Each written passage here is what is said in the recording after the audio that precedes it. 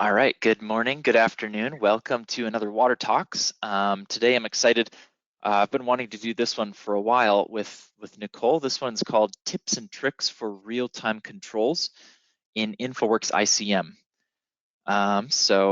We have a guest speaker again today, which is exciting. So once again, I'm joined by Nicole Hathorn, who's been really kind of leading our US or North America support for InfoWorks ICM for quite a number of years. Welcome, Nicole. Do you want to share anything about your background and your kind of history with Innovise? Sure. I have been with Innovyze for almost 11 years. I actually came in when we were in ICM was brand new, so we were kind of transferring. We were transitioning from InfoWorks CS to ICM. So I've been around from almost the beginning of ICM and just been supporting our ICM customers for a long time. So several times a year, we get some good questions about RTCs, and they've become some of my favorite questions to answer because to me, RTCs are really fun. They're like kind of like solving a little puzzle of some kind. So I'm excited to talk about it today. Yeah, I've been humbled by by real-time control. I've always felt like, oh yeah, I can figure it out. And then I saw a support case for a variable speed pump inside of a treatment plant, and I just could not get it working. But when I reached out to Nicole, she was able to get it working quickly, and so she has definitely picked up some tips and tricks. She'll be sharing some of those today, so I'm excited for that. So before we get into that, I want to kind of just do some more quick intro. For those that are new to our Water Talks, this is the GoToWebinar platform where you can enter your own questions. And so you can enter questions if you, if anything comes up that you want to follow up on. We definitely always like the questions. So we want it to be informal, interactive. So please engage, throw those in there. We do have a couple May Water Talks coming up that are online for registration. So we have integrated SCADA solutions with Info360. So this is a little bit more of a water distribution focus at the moment, but Info360 is our new cloud SaaS platform that can connect to SCADA data and provide dashboards and also integrate with InfoWater Pro and InfoWorks WS Pro.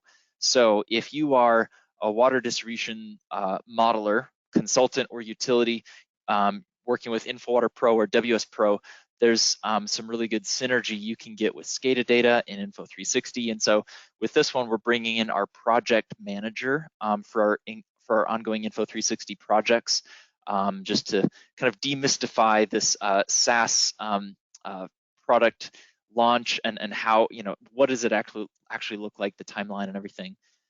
So I'm excited for that one. And then later in May, we're going to do kind of a more basic course on ICM. So we often get follow-up surveys from these Water Talks that people are wanting some more basic overview, so some kind of basic workflows. So that's coming up. But I imagine that if you have signed up for real-time control tips and tricks, maybe you have more of an appetite for not so much the basics, but the more advanced stuff. So we always like those survey inputs at the end. So when you close GoToWebinar at the end of this webinar, you're going to get prompted for a couple of questions. We really love your input. We're always meeting with our team to discuss what topics to do in the future. So please share your input. One other quick shout out. A couple of weeks ago, we released the InfoWorks ICM 2021.3 release. So I'm going to just hop over to our website and show a couple things that are up, just in case we don't expect you to really keep up to date with all the stuff going on at Innovise, because there's always a lot. But for this audience, just a couple things to draw your attention to. So for one thing that we've been working on is this learning center. So if you haven't heard of this, it's an online learning library. There's 3 different levels. This is a free one. So you can join, you can jump in, get some like webinar viewing. So if you found things like these Water Talks valuable, you can get similar content with this Innovise Insider. Innovize Learning is it's like a monthly subscription where you can then go through online courses that will take you through material in a more methodical way. And then Innovize Academy is just our actual training events, which used to be in-person training. We've gone to virtual training over the last year. So this is like paying per student to attend a full two-day online training. So check that out if you haven't, if you're interested to be learning more. One other thing, I'm just going to touch through a couple things real quick. I'll try to make this quick. I know that usually the first like 3 or 4 minutes of these water talks, we can see the attendance slowly builds up over time. So before the actual feature event starts, I'm just going to hit you guys with some things to be aware of. So on the downloads page, InfoWorks ICM came out with a new release. And so when you go to downloads, you can see this is the latest release out, came out a couple weeks ago. Here's the installer. And if you go to what's new, these are some of the new things that we released. And one of the big things that we've been focusing on in our development is 2D modeling for swim networks. So you may be aware of a year and a half ago, 2 years, we released the swim engine within InfoWorks. That's kind of a potentially a big deal for North America users where EPA swim is used quite a bit. And so we are now kind of adding in the 2D modeling. And that's an ongoing process. So far, you can exchange at the nodes.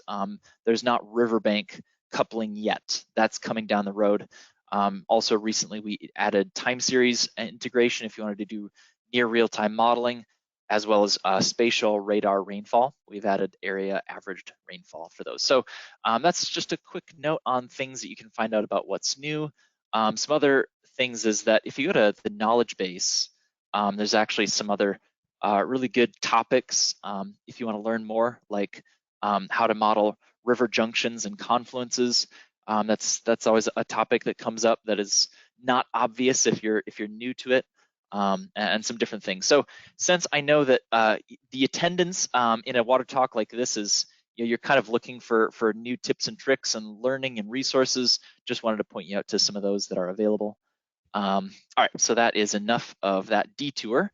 Let's jump into what do we have today. So I'm going to hand it over to Nicole. She's going to give a quick overview of the main elements in real-time controls, general tips and tricks, variable speed pumps, different types of controllers, some examples, and then I'm going to follow up with some time series, how you can integrate time series data with it, as well as kind of an overview of some ways to incorporate fuzzy logic, and then Q&A. So we've got a lot of content, so we're going to jump into it. I'm going to hand it over to Nicole. So I'm going to pass the presenter to you, Nicole. Okay. All right, and I can see your screen. So okay. Here's that. All right, I'll start this slideshow. Okay. Uh-oh. Can you still see it? Yep. Okay, for some reason it keeps still showing me your face. Okay, there we go. Sorry. I hit my face. So like Nathan said, we're going to be looking at some InfoWorks ICM real-time controls, tips, and tricks. So just an overview of what I'm going to cover here. We're going to look at some of the main elements in RTC. That's to cover kind of some of the basics. And then we're going to be looking at some general tips and tricks, and then some more details on variable speed pumps because they tend to be the most tricky. And then we're going to look at incremental controllers versus PID controllers. And then we're also going to look at a couple examples, including a variable example, and I'm going to direct you also to the RTC help examples. So some of the main elements in RTC, and if you hadn't picked up on it by now, RTC means real-time control.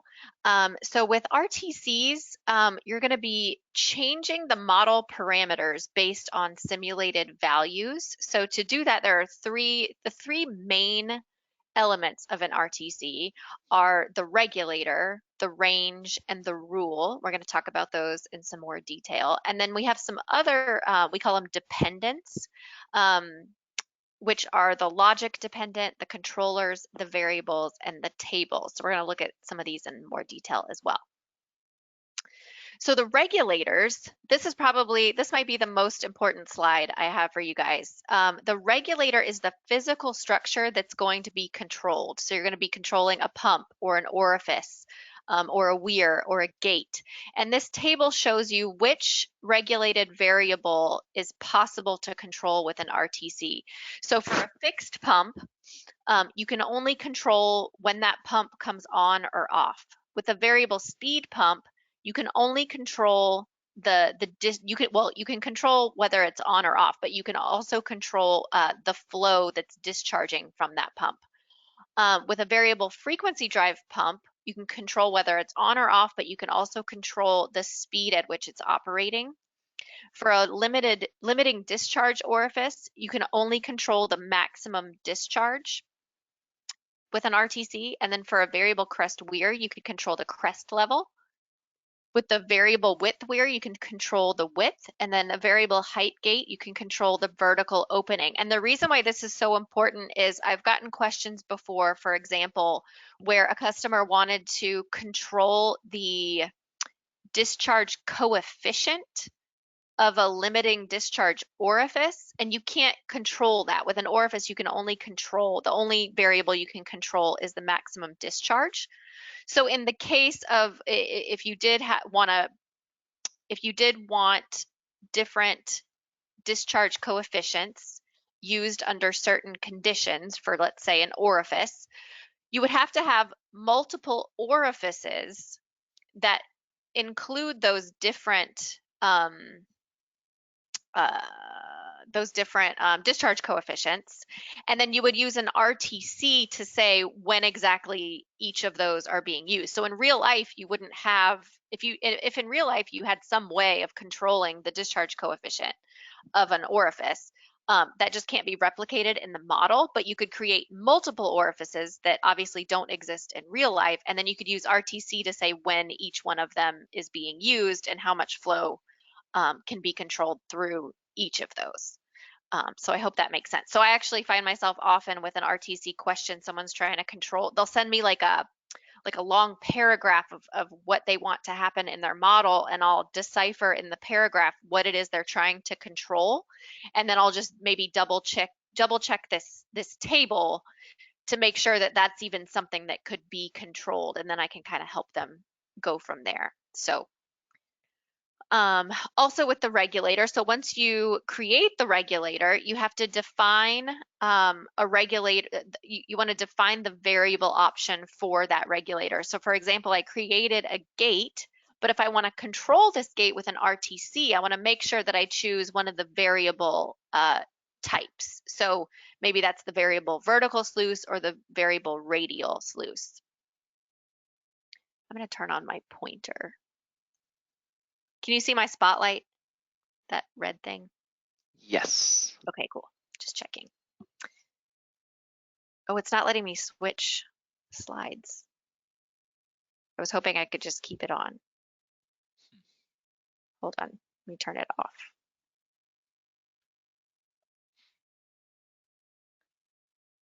Oh, I just have to hit escape. Okay, cool.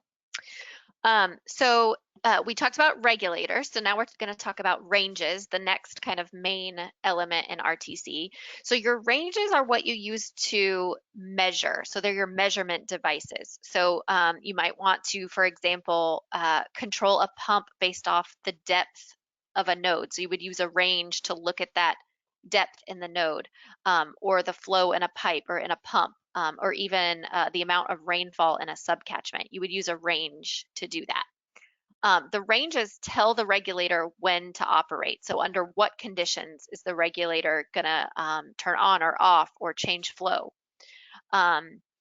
With a range, you can specify a minimum and a maximum. We're gonna look at that in just a second.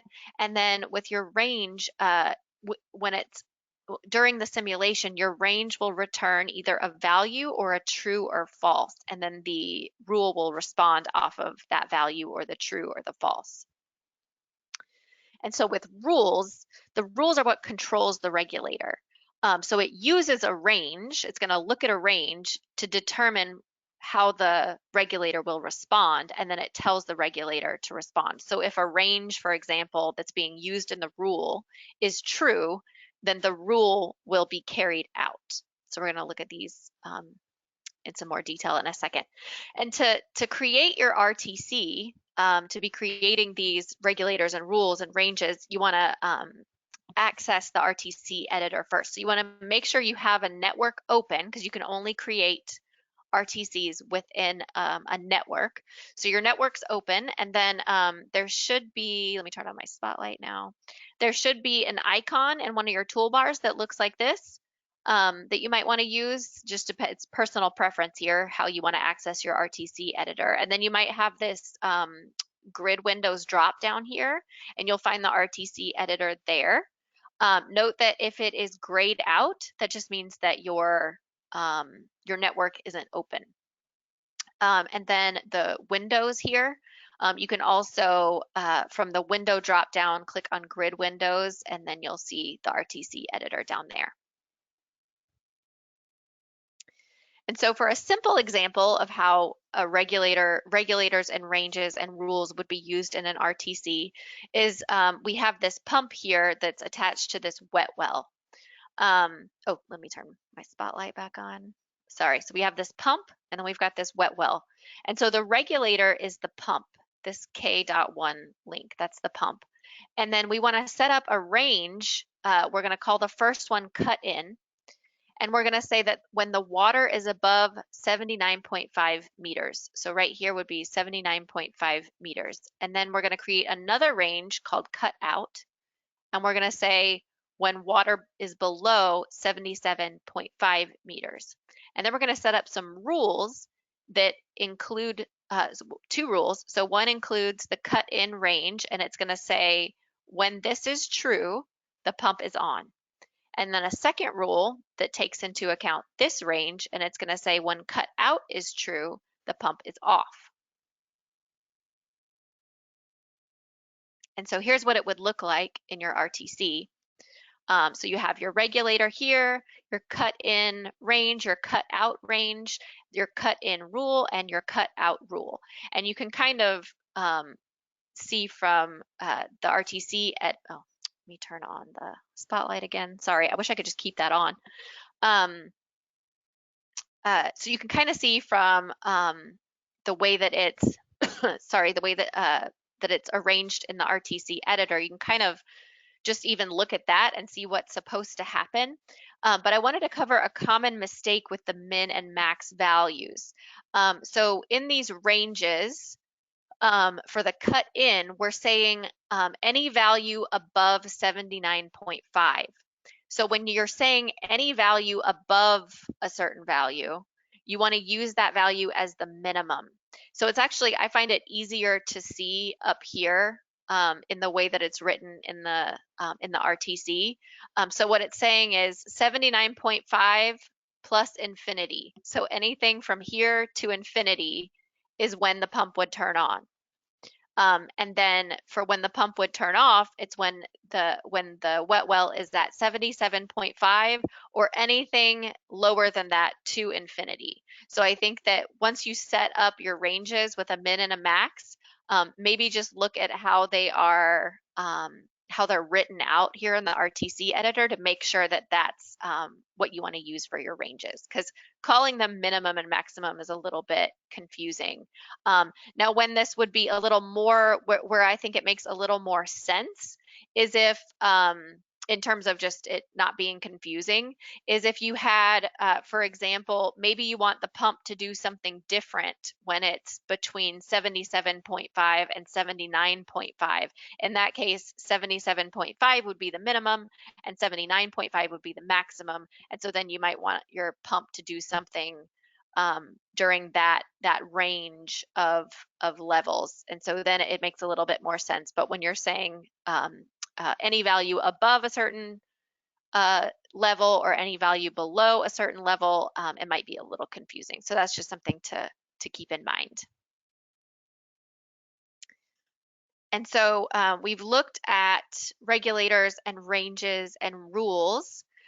And so there are some other options such as controllers. So controllers provide a further level of refinement and complexity to the way in which the regulators operate. So there's two types of controllers. One is an incremental. This moves a regulator by a defined amount. So for example, a variable frequency drive pump, it's going to increase the speed by a certain amount or decrease the speed of the pump by a certain amount. And then with a PID controller, this instructs the regulator to maintain a certain set point. And so we're going to look at these in some more detail as well. So as an example, you have your regulator, let's say it's a VSP pump, and then you have a sensor. This is going to be, you're going to set up a range to create a sensor. So the RTC is going to look at the range. It's going to look at the sensor to determine what's happening here, and then feed that information using a controller at certain time increments. So let's say every 30 seconds. So every 30 seconds, it's going to check the range.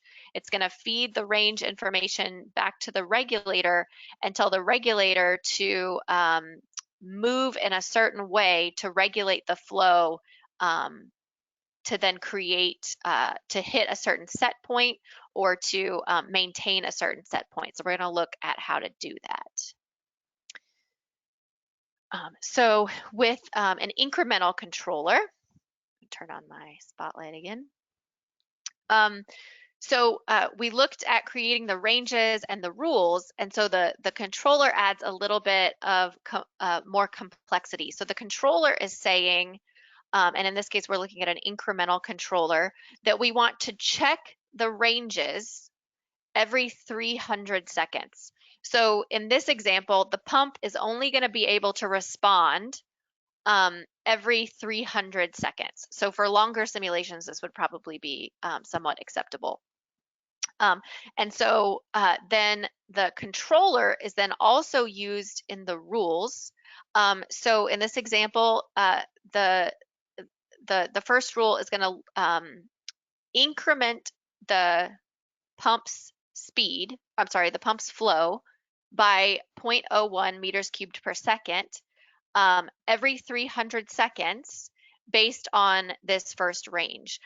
So if the flow in a certain pipe is less than 0.58 meters cubed per second, then the pump every 300 seconds is going to increase by 0.01 meters cubed per second to try to maintain this level of, or I'm sorry, this flow of 0.58 meters cubed per second. And then if the flow in this pipe is greater than this set point that we're trying to maintain of 0.58 meters cubed per second, then the pump will slow down a bit to decrease in flow by 0.01 meters cubed per second.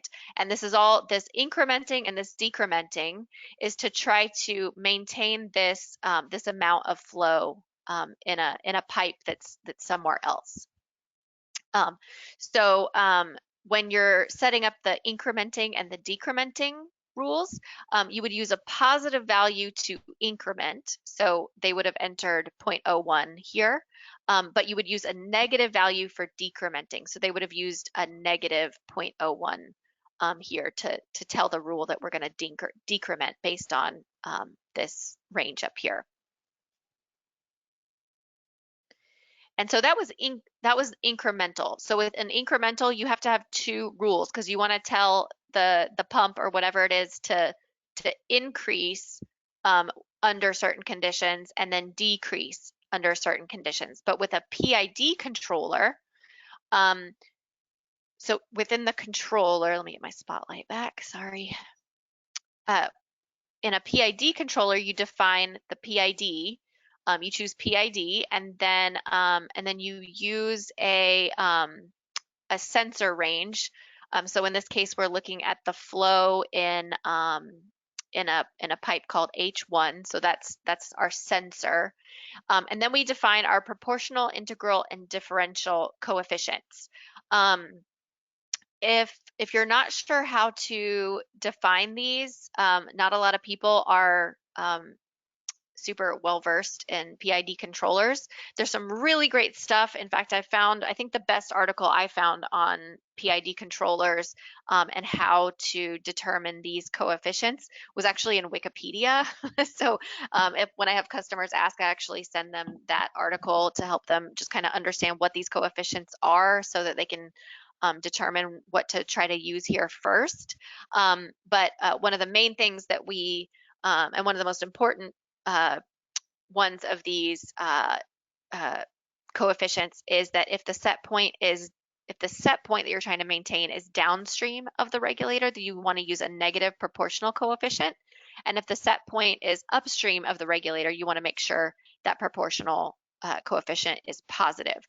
But so what happens here is in the controller, again, you choose PID, you set your coefficients, and then in the rule, uses this controller to maintain a set point. So then you get to set a set point of 0.6 meters cubed per second.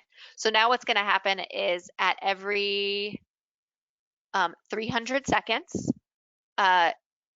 the simulation is going to look at this range, and based on these coefficients, the pump is going to respond to try to maintain this particular set point. So you're not telling it by how much to respond, you're just using these, the simulation is going to use these coefficients to determine how much the pump needs to respond instead of you telling it how much to respond, like you did with the incremental controls. Okay.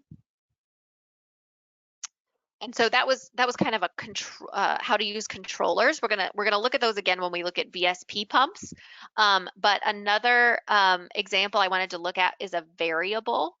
So again, this isn't a range. It's not a rule. It's not a regulator. This is a different, what we call dependent, called a variable. And so I recently got a really good example of this from a customer in support, where they had this incoming flow, and they wanted 75% of that flow to go through this orifice, and they wanted 25% of the flow to go through this orifice. And then there's an outfall down here. So you have certain amounts of flow in each area going through different, going out to different outfalls.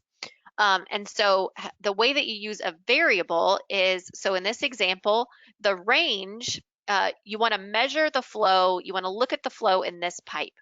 So you first define the range, and then for this orifice that's going to be taking 75% of that flow, you define a variable that takes the flow. So like I've done here, this is what we're looking at here is this variable here on the right. So the operator is, we used times because we're going to be multiplying. And so the argument we use is we're taking the flow. So the argument is flow here from this pipe multiplied by 0.75. And so then we define our rule to say that the flow, which is with an orifice, we're controlling the flow. So the rule is saying that for this orifice, we're taking this flow, multiplying it by 0.75, and that's what's allowed to come out of this orifice. And so then similarly for the other orifice, we're using the same range because we're still looking at the same flow, but now we're going to multiply it. Oh, it would really help if I had my spotlight. I'm so sorry. So for this second orifice, we are, sorry, totally lost my train of thought. So for the second orifice, which is this one, we're using the same flow. We're looking at the same flow here, but now we're multiplying it by 0.25. And so we're saying that the flow allowed out of this second orifice is 25% of this flow. So I felt like that was a good, simple example of how to use a variable. And then you can see in the results, we've got the flow coming into both orifices, which is way up here, and then the one that's taking 75% of the flow is this one, and then the one that's only taking 25% of the flow is this one. So I felt like that was a good example of how to use a variable. It's a good way to kind of like take a range and then you can divide it by a certain amount or multiply it by a certain amount, and then you use it in a rule, or you can even use it in another range. And then a table example. I'll use my turn the spotlight on in case I need it. So here's an example of a table. Now there's lots of different ways to use a table, but I thought that this might be a good example. So in this example, the range that was defined is here, and it's just time. So it's the time during the simulation. So there's not much to define here except for the type of range is time. And then they set up a table that the input range is time. So in my input, I'm allowed to put in any date and time that I want, and then the output measurement is flow. So I get to determine the flow at these different dates and times. And then the rule just takes the sets the VSP to a position, and then uses a variable to determine the flow from that pump. And the variable is the table. So it's taking the table values, it's looking at the range, which is time, and then determining the output of the pump. So the flow output of the pump is just going to be whatever was in this table. And what's great about this particular example is if they didn't use a table, they would have had to set all of these, but they needed to control the pump based on time. They would have had to set all of these times up as ranges. So there would have been a range for between January 1st and January 10th, set it to this flow. From January 10th to January 20th, set it to this flow. They would have had to set all these ranges and rules up, but using this table just significantly simplified their RTC. I can't even imagine having to set all of this up. That'd be very frustrating. So the table helped with that. This is interesting, Nicole. I've seen tables used in a different way, but Yeah. so like with a time series like that, I would think that you would maybe want to use a regulator, like the actual object in the tree. But I would imagine that a regulator, you have to do it per control object. So, but this table in your screenshot before, it was a global object, so you could actually have one time series referenced Exactly. throughout your simulation. Yep, and that's how the customer, where I got this example from, that's how that's why they used the RTC, because I think there were 60 something pumps that they were going to use to control this way. So yeah. Okay, and so because there's no way I could cover all of the possible examples, I just wanted to point you guys, and we're not done. I'm going to go through some more tips and tricks and stuff, but I wanted to point out that in the ICM help, there's a whole list of examples, RTC examples, and then at the bottom, turn on my spotlight again, at the bottom of this help section is this list that it's all clickable. So if you have an RTC that you kind of think you might need to use some logic. Now logic, I wanted to mention, it's when you need to use more than one, for example, range in your rules. So maybe, for example, you want to control a pump based on the level in a wet well, but also based on another pump's status. So if this pump is on and the level is here, then turn this pump on. So you would set up both of those ranges, and then you would use the logic to say this and this.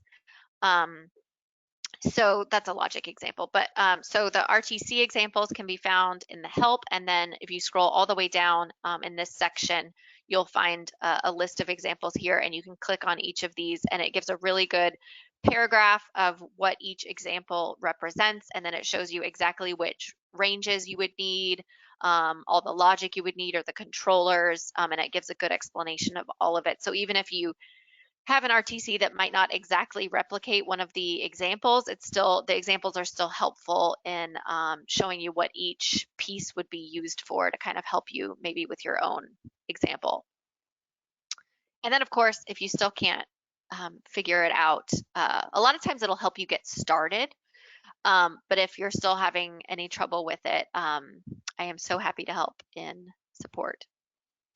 So some general tips and tricks, and a lot of these come from kind of common mistakes, but we're going to look at the RTC description, which can really help in setting up your RTC, and then rule priority, which tends to trip people up a little bit, as well as the regulator parameters and how those are used.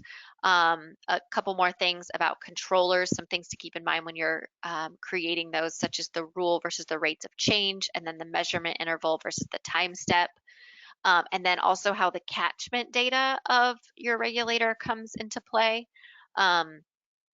And then how to look at results to determine if your RTC is working, and then what to do in the run dialog if your RTC doesn't seem to be working as expected. Okay, so the in the RTC scenario, once you've kind of created your whole scenario, turn my spotlight on again. You've created your whole scenario. You think you have it set up the way you want it. One good way to kind of double check how it's going to run and that it's running the way you intended is to look at this description here. So it's almost like in paragraph form, it's telling you what your RTC is going to do.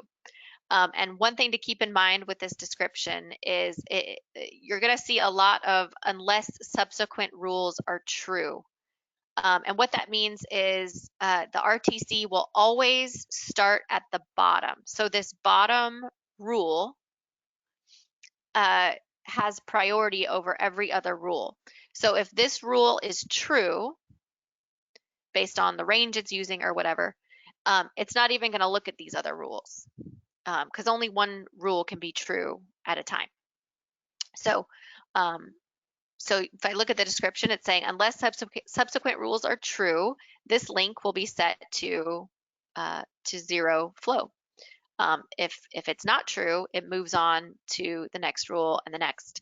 So that's kind of a good way to just double check that you set up your scenario the way that you intended for it to run. So if that looks good, you'll move on. And so we want to talk about regulator parameters because this can be a bit confusing because some of these regulator parameters are things that you've already set up in your, for example, pump properties. When you set up the pump, you already set up, you might have already entered some of this data.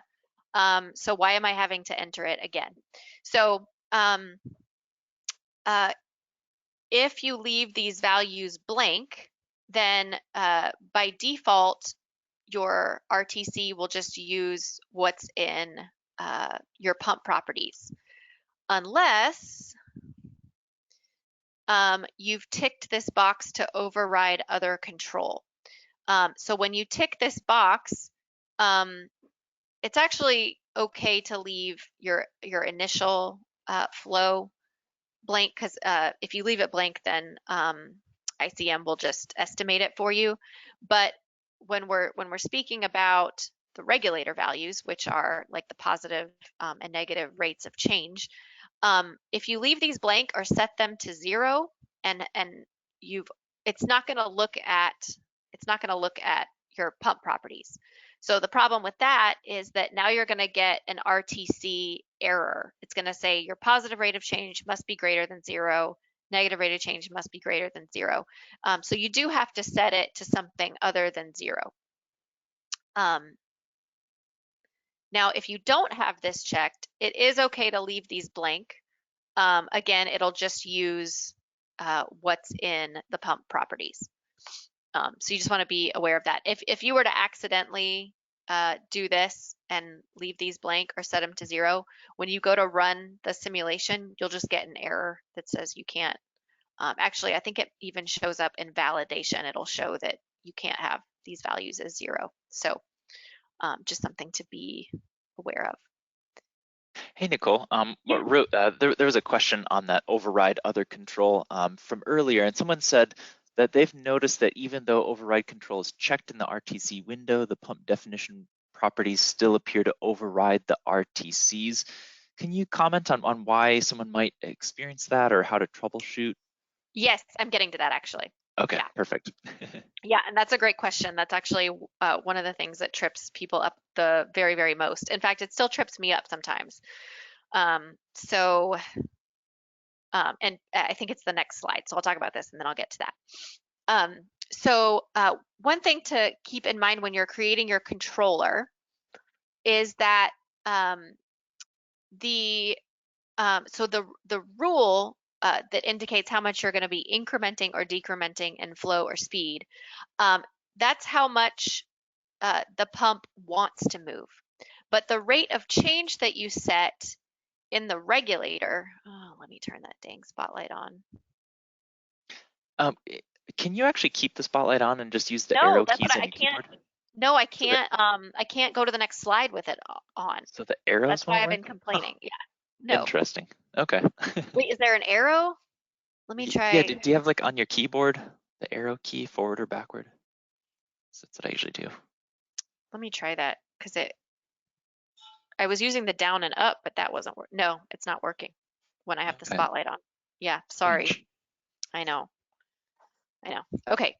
Yeah, so sorry. So your rule is how much it wants to move, but the rate of change is how much it can move. This is important to remember because, for example, if I'm using a rate of change of 0.005 meters cubed per second, of course, you guys are, a lot of users here on this are probably using MGD, but it still applies here.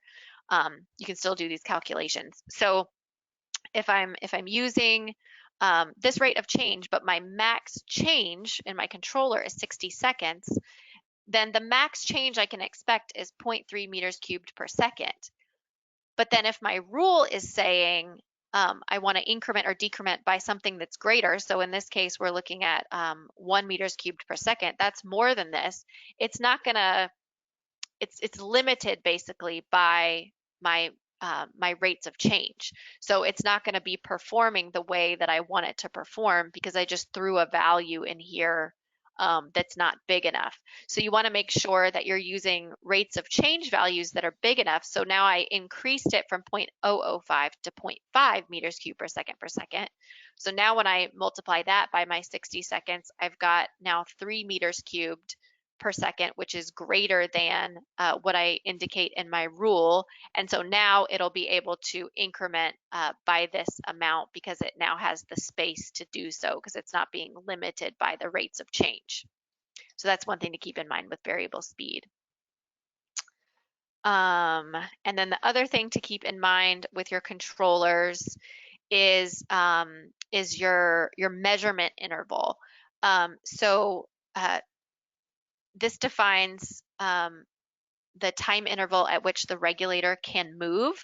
So for example, a 300-second measurement interval, that's a slow response. That's the pump that's the pump only responding or moving every 300 seconds. That's a long time.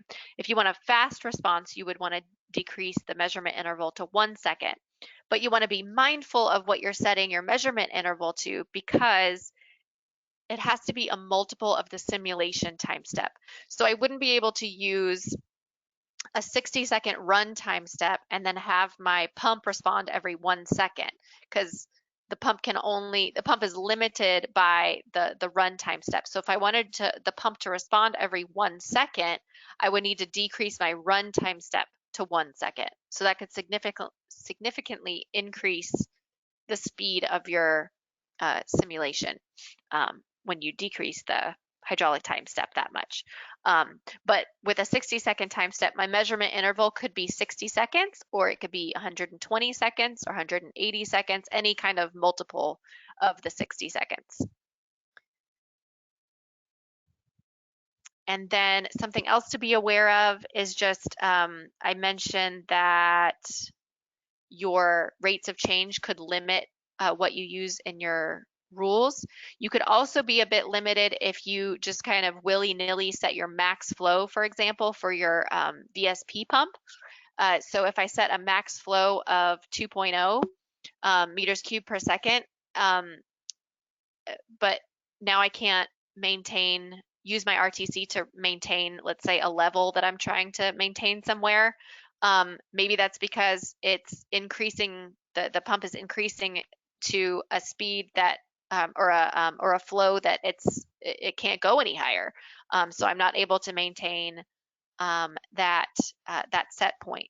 So you want to make sure that your regulator values that you're setting for your pumps are the actual maximums, so that it's not limiting what's happening in the RTC. And so my main advice with all of this is to just be very clear in your mind about what you expect to happen, and then you'll use the graph tools to ensure that it does happen. And we're going to look at that. Ooh.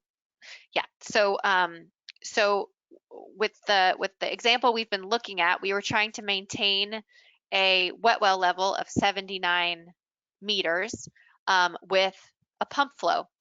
So once you use the RTC in a simulation, you want to look at the node level as well as the pump flow, so that in this example, that level is being maintained very nicely, and you can see the pump is operating. So the pump is doing a good job of maintaining that level. But if you're finding that that level is not being maintained, and maybe the pump's totally off, and that's why the level is not being maintained, then you need to go back and look at your RTC and see why, see if you can see why maybe the pump isn't operating properly, or go from there to start troubleshooting. But it's important once you run your simulation to just look at the things that you were controlling, and based on how they were being controlled, to make sure it's all running properly. And then if you find that it's not, and then you also can't find anything in your RTC that's, hindering the regulator to operate the way you had intended, one thing you can do is in your run window, you can click on the diagnostics button, and then you get the diagnostics window pop up, and you just want to make sure that you turn on the timestep log and the log RTC rule changes and the output RTC state boxes, and then run your simulation again. And in the log, in the simulation log, you'll get more information about what's happening with your RTC, so you can kind of see maybe where things are kind of going wrong. Maybe a range isn't becoming true like you thought it was going to be coming true, and that's affecting the pump not coming on or whatever. So that's another tip. And so now we're going to look at variable speed pumps, so we will be getting to that question, because we're going to look at this in some more detail. And VSPs are, that's one reason we're going to look at these in detail, is they can be really tricky because they kind of have some exceptions to a few rules in RTC. So VSPs, they were really only intended to use with RTC. So if you have VSPs, you really need to create RTCs to make them operate. So there's 3 elements required to control a VSP. You have to have ranges, you have to have controllers, and you have to have rules to define the speed or the rate of change of the speed and pump.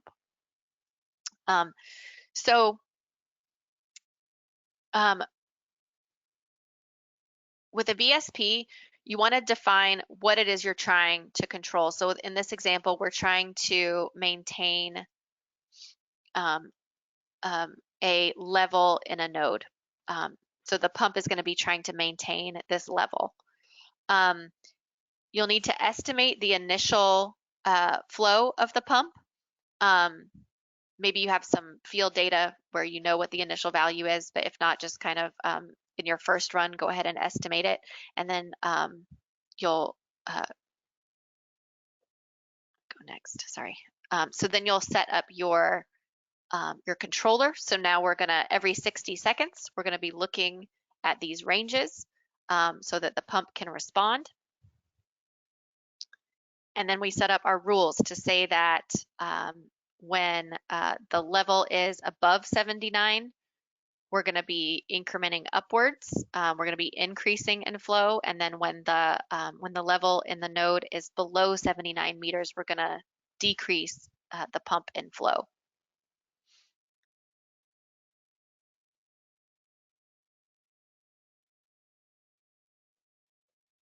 And so when you tick the override other control box,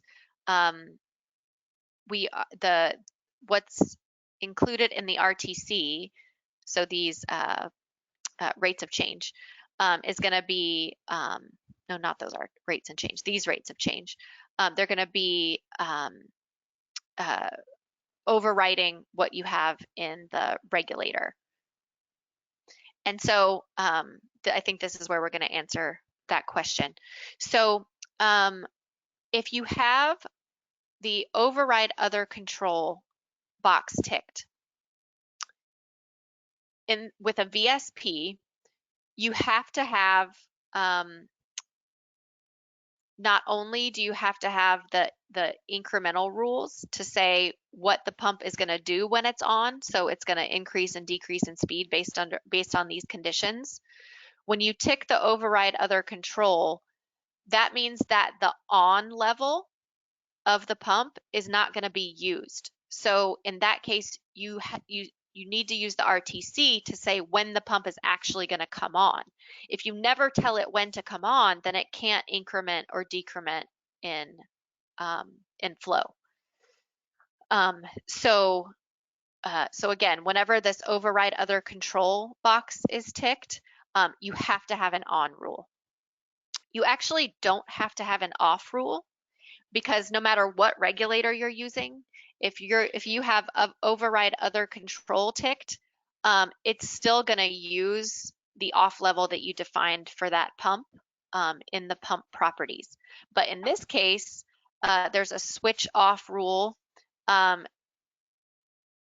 that's using this pump off range, and it's saying when the pump or when the level drops below 77.5, it's actually, and it's going to switch off when it drops below 77.5, because the switch off level in the pump properties is less than that. It's at 77. The pump will turn off using the rule in the RTC, because this is going to happen before this happens. When it drops down to 77, the pump is already off. Yeah, so I think there's one more. Oh, sorry. So, but if I untick the box for override other control, then the pump, I don't need an on rule, but the pump will come on at the level that was defined in the pump definition when I created the pump. So in that case, I wouldn't need this pump on and off. The pump would just turn on and off based on these. But then once it's turned on, then it will start to respond to these rules where it's incrementing or decrementing in speed based on these conditions. So definitely in the chat, if you have additional questions or if that didn't answer your question, let us know and I will get to that. And Nathan, feel free to interrupt me. When we talk about small reaction, so we're now looking at an example where the pump was responding every 300 seconds or so, or maybe just, yeah. And so you've got, we were trying to maintain 79 meters in that node, but when the pump isn't responding fast enough or as often enough, the wet well is just kind of meandering around that level. And in a lot of cases that might be okay. Maybe it's okay that it's going up this high or down this low, as long as it's sort of meandering around this set point here. And you can see the pump is just kind of like slowly, it's only responding, a handful of times in a 24-hour period. And so if we want to improve this, if we want to get closer to the 79 meter set point, there's a couple things we can do. We can increase the rates of change in the regulator. We could decrease the control measurement so we can have the pump respond more often. Or we can increase the increment and decrement flows so that the pump is responding more often and at a greater amount.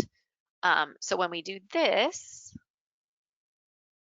if we do that, we find that the pump has is responding much more often and at greater rate to then maintain this much better set point that we've set.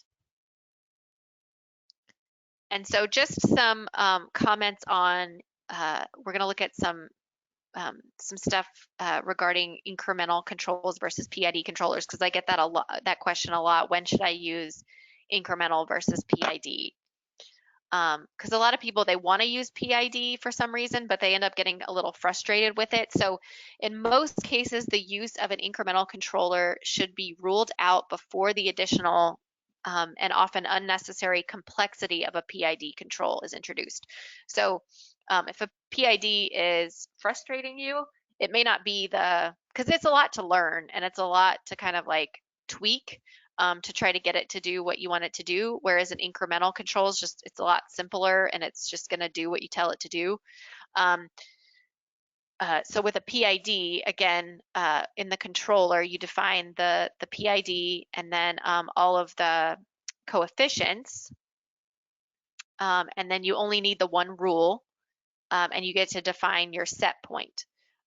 So in this example, we've defined our PID, we've set up a range, and so the rule is using this range, which it's trying to maintain, or it's looking at, the controller is looking at a level in node K. It's going to look at the level there, and then it's going to, every 1 second, it's going to use these PID coefficients to then try to maintain a fixed set point in that node K of 79 meters.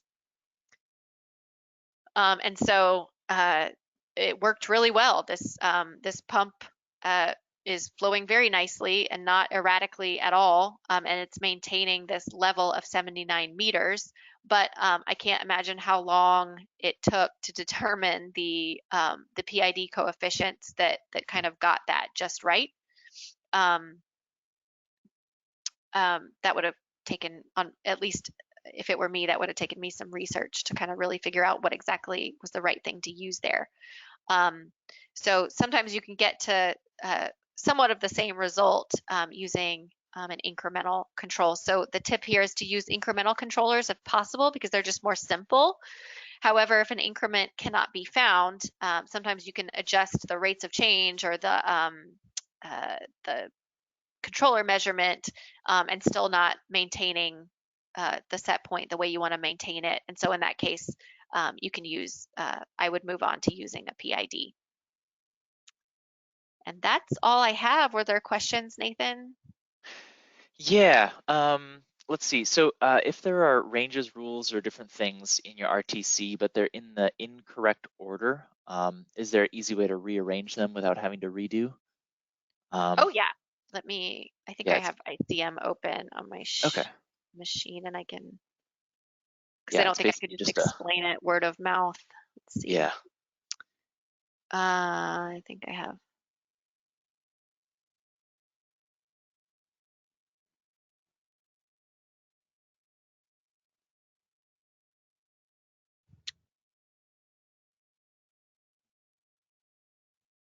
I think if I right click.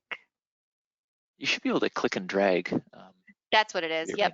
So I can, if I've highlighted it, I can just left click on it and drag it up and move it. So if you have a bunch of rules here, you can just take whatever rule you don't want to be in the #1 priority spot and move it up in the chain. There was another question. What if no initial flow is given? Problem to initialize. So I guess that's on like a variable speed pump or something with an initial flow. And So if you didn't define an initial flow Yeah. there, ICM just, I think it just does the, uh, um, Yeah, I don't recall how I think exactly it ICM starts handles. out on, unless you have a default rule, I think it starts out. I know I know sorry, I know the sim won't fail or anything like that. I'm just not sure if it'll just automatically start with it off or if it will just it's supposed to calculate it for you. Now, how it calculates it, what it bases that on, I'm not totally sure. Yeah. Yeah, I've even used variable sluice gates with a default position of closed that are just a dummy gate, and during initialization it's open, so I can like apply boundary Yes. conditions with outfalls, and then as soon Mhm. as the simulation starts, then that RTC kicks in and closes it. So Right. I guess that doesn't answer the question, but initialization is handled differently for sure. Yeah. Let's see. Yeah, we are unfortunately out of time. I do see a comment on, are you able to cover the new fuzzy logic controls? And maybe, um, uh, yeah, let me switch to my presentation. We're unfortunately out of time, so we may have to come back to this. But there are some cool stuff in ICM. So, so the different controls that we've covered so far are when you have like a single objective, right? Like maintaining a certain level or maintaining a certain flow rate. But in real life, there are cases where things are non-binary, right? You might have multiple different overflow risks within a network, and you have multiple objectives that you need to balance between. And so that's where fuzzy logic is actually um, a good fit. This is just kind of like an example, again from Wikipedia, where the things are cold, in this certain temperature range, but then there's a time in between where it's kind of, yeah, it's mostly cold, it's a little bit warm, till eventually, yeah, it's mostly warm, a little bit cold, till eventually it's like, yep, this water is definitely warm, and then eventually it's hot. So in real world, things are generally non-binary. Like there can be multiple states at once at which things happen. And we have added fuzzy logic into ICM, and I'm going to make this 3 minutes. So if you do need to jump off, apologize for going over. But variable sluice gates is one way that we see people optimizing storage within a network. So you'd set up a variable sluice gate along the bottom of the node. You'd maybe have an overflow weir, and this is where you can start to close the gate to leverage this inline storage before you pass it downstream. But as you start to control things, you have to manage both upstream overflow risk and downstream overflow risk. And so simply filling up storage, it's not a simple thing to do. Now, there is a cool algorithm. So there was a product released through EM Solutions in the UK that was a partnership with some research up there, and this has been deployed. There's successful case studies, and because of the usage of ICM in the UK being so widespread, we worked with them to implement their fuzzy logic algorithm within our RTC. So you can actually use Centaur as one of the controllers on a variable sluice gates. And that's pretty much, there's really not that much to it. You can use their existing algorithm, and then you specify the target, which is your downstream level that you're wanting to control, as well as the gate range, which is the upstream level that you're wanting to control. And this is really not going to many details, but Centaur is kind of like a fully provided fuzzy logic set. And if you want, since we incorporated fuzzy logic control, we also included a generic fuzzy controller. And this requires you to set up your own member functions and fuzzy rule. And it gets way more in the weeds if you wanted to actually customize your own fuzzy logic control set. So I say this to say that you can actually start testing out the benefits of variable real-time sluice gates within your system, and you can actually test out Centaur. Obviously, Innovyze does not provide the hardware to do this. You'd actually, if you find that this is a great solution for your system, you can minimize overflows without the costly additional infrastructure improvements. You could reach out to them for that, or you could also look at other similar things, or you could also test out your own fuzzy rules. But what this gives you is a great, easy way to start testing out fuzzy rules within your RTC. And I have a model that that there's no real time to share this, but yeah, so we're out of time. Feel free to throw in any questions or the follow-up surveys if you want to learn more about this. But yeah, this was a good session. Thank you for the questions, everyone, and have a good rest of the day.